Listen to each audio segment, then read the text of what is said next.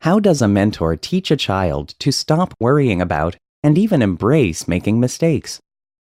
Well, the first step is to stop treating mistakes or failures as wholly negative experiences. Getting a problem on a test wrong, or picking the wrong solution to a personal problem, should be talked about as an opportunity to learn and grow, not as a reflection of innate ability or inherent worth.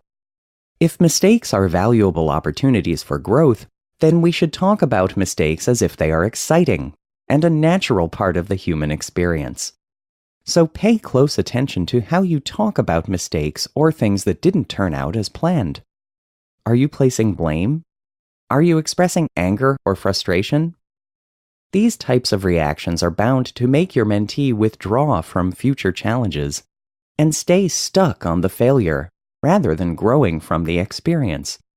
Remember, brain growth happens from mistakes, not in spite of them. There are other things you can do to help your mentee be more comfortable with, learn from, and even be excited by their mistakes. Analyze mistakes together. If you are working with your mentee on a homework assignment or studying for a test, take some time to talk through the mistakes they are making. Discuss what led to the mistake and what possible solutions they can employ to avoid it in the future. Not only does this re-emphasize that mistakes are an essential part of learning, but it can also help reinforce problem-solving strategies and perseverance. Let your mentee know that the process of learning how to get to the right answer is as important as simply getting that right answer.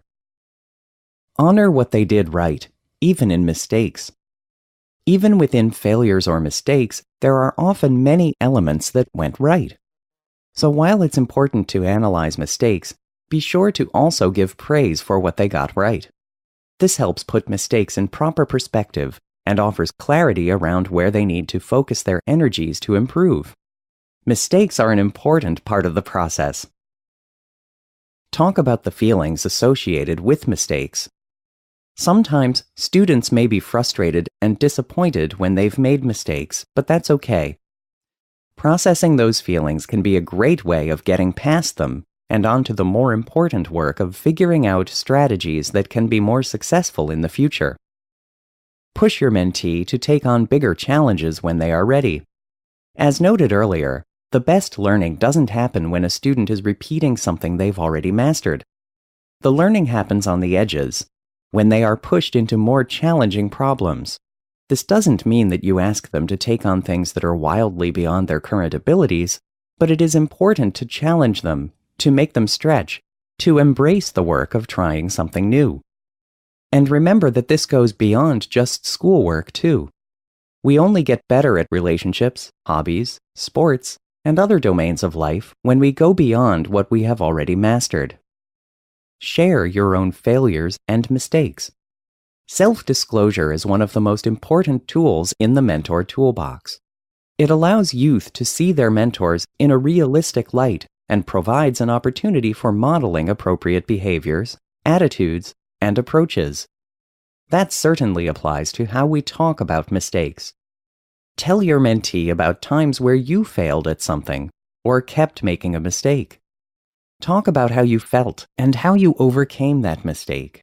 Share how you analyzed the problem, tried different solutions, and ultimately persevered.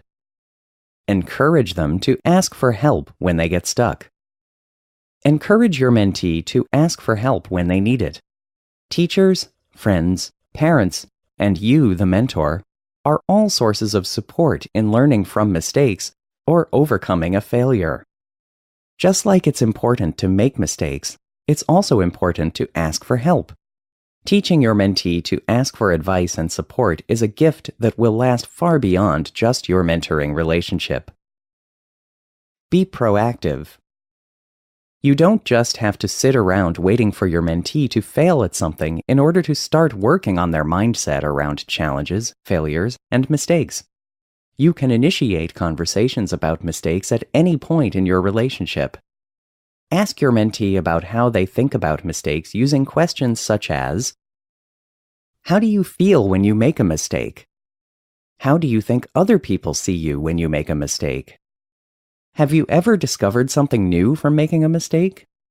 Has a mistake ever made you think more deeply about a problem? You can start by talking about a non-academic setting, and then talk about how the lessons apply to academics. And finally, be patient. Recognize that it may take some time for your mentee to get comfortable talking about mistakes or to apply more of a growth mindset to how they think about failures. And even if they have a great mindset and are excited to learn from the mistake, it may take them some time to master the task or skill they are struggling with. This can be especially true of youth who have a learning disability that makes it difficult for them to consistently apply strategies or solutions to challenges.